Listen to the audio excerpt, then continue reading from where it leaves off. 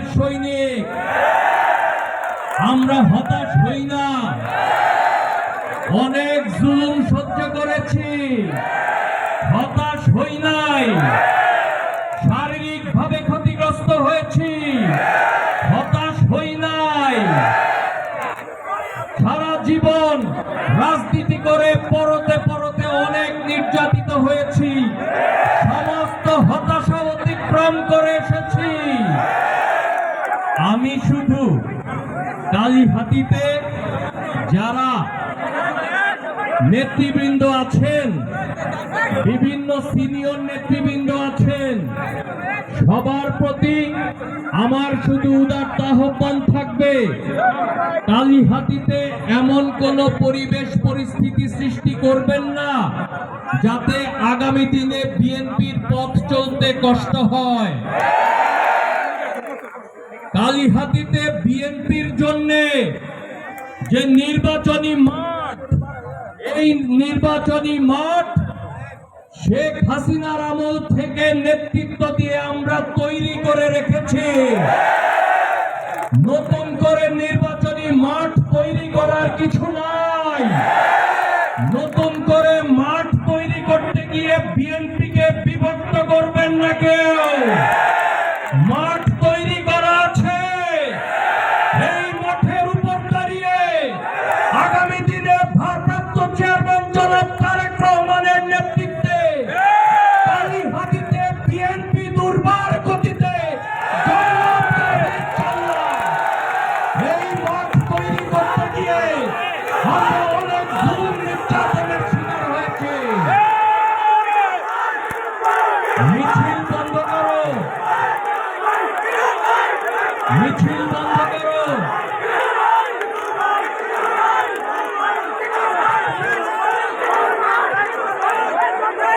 আমি সম্পর্ক হয়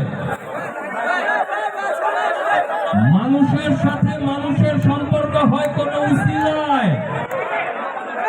আমি রাজনীতি করি, বিএনপির রাজনীতি করি, শহীদ রাষ্ট্রপতি জিয়াউর রহমানের আদর্শ নিয়ে রাজনীতি করি এবং খালেদা জিয়ার নেতৃত্বে রাজনীতি করেছি। ভারপ্রাপ্ত চেয়ারম্যান জনাব তারেক রহমানের নির্দেশে নেতৃত্বে রাজনীতি করি। রাজনীতি করতে গিয়ে আপনাদের সাথে আমার যে সম্পর্ক হয়েছে, এই সম্পর্ক কেউ ছেদ করতে পারবে না। আমি এই কালীহাতির মানুষকে ছেড়ে আর বাঁচতে পারবো না। আমি আপনাদের একজন, আমি আপনাদের সাথে আছি, আপনাদের সাথেই থাকতে চাই।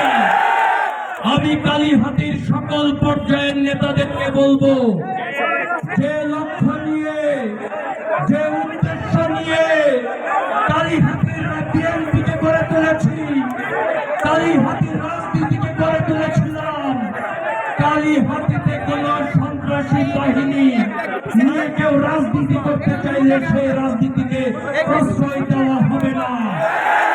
আমি কালীহাতির অন্য যে সকল নেতৃবৃন্দ আছেন যারা বিএনপির রাজনীতির সঙ্গে জড়িত, সবার উদ্দেশ্যে বলি, কালীহাতির রাজনীতিতে যদি কোন সন্ত্রাসী বাহিনী তৈরি করতে চান, সন্ত্রাসী বাহিনীকে যদি রাজনীতি করতে চান, কালীহাতির মানুষ সেইটা গ্রহণ করবে না। আমি কোন সন্ত্রাসী বাহিনীর সাথে পথ চলব না। আগামী দিনে আমি আপনাদেরকে শুধু এই কথাটাই বলতে এসেছি, হতাশ হবেন না।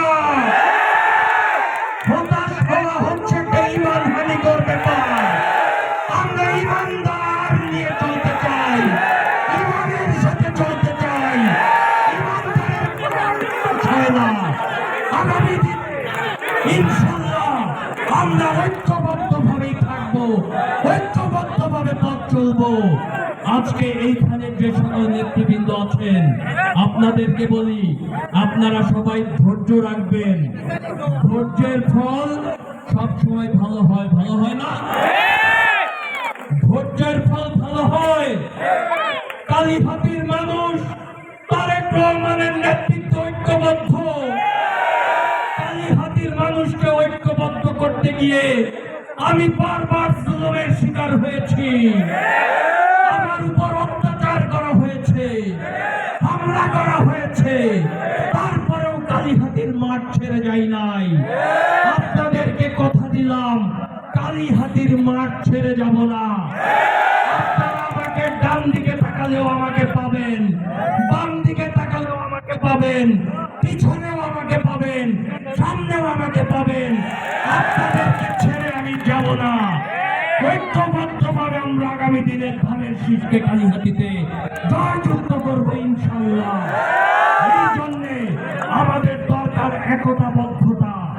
আজকে যদি আমরা ঐক্যবদ্ধ থাকতে না পারি, আমাদের যদি একতাবদ্ধতা যদি নষ্ট হয়, আমরা যদি ছোট ছোট ভাগে বিভক্ত হয়ে যাই, তাহলে নেতা কর্মীরা গত 5 বছর যে নিরলস পরিশ্রম করে যে মাঠ তৈরি করেছে, এই মাঠ নষ্ট হতে পারে। যে ফসল আমরা লাগিয়েছি, এই ফসল নষ্ট হতে পারে। কাজে আমাদেরকে ঐক্যবদ্ধ থাকতে হবে। নির্বাচনের জন্য নতুন করে মাঠ তৈরি করতে হবে না। জুলুম করে নিয়ে প্রত্যেকটা মানুষ এইখানে যারা উপস্থিত আছে, সকলেই গত 15 বছর জুলুম নির্যাতনের শিকার হয়ে জুলুম করে নিয়ে কালীহাতির মানুষের মন জয় করেছে, কালীহাতিতে নির্বাচনের মাঠ তৈরি করেছে। এই মাঠ আমরা নষ্ট হতে দিব না।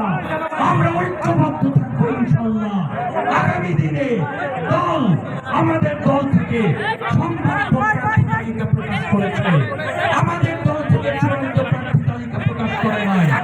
বিএনপি থেকে চূড়ান্ত প্রার্থী প্রকাশ করা হবে। অবশ্যই আমরা বিএনপি সিদ্ধান্তের প্রতি অনুগত থাকবো। নামাজের সময় আমি আর বক্তব্য দীর্ঘায়িত করতে চাই না। আমি শুধু বলতে চাই, আমি আপনাদের ভালোবাসা নিয়ে থাকতে চাই। আপনারা আমাকে ছেড়ে যান নাই, যে ভালোবাসা দিয়েছেন আমি আপনাদের কাছে ভালো থাকবেন।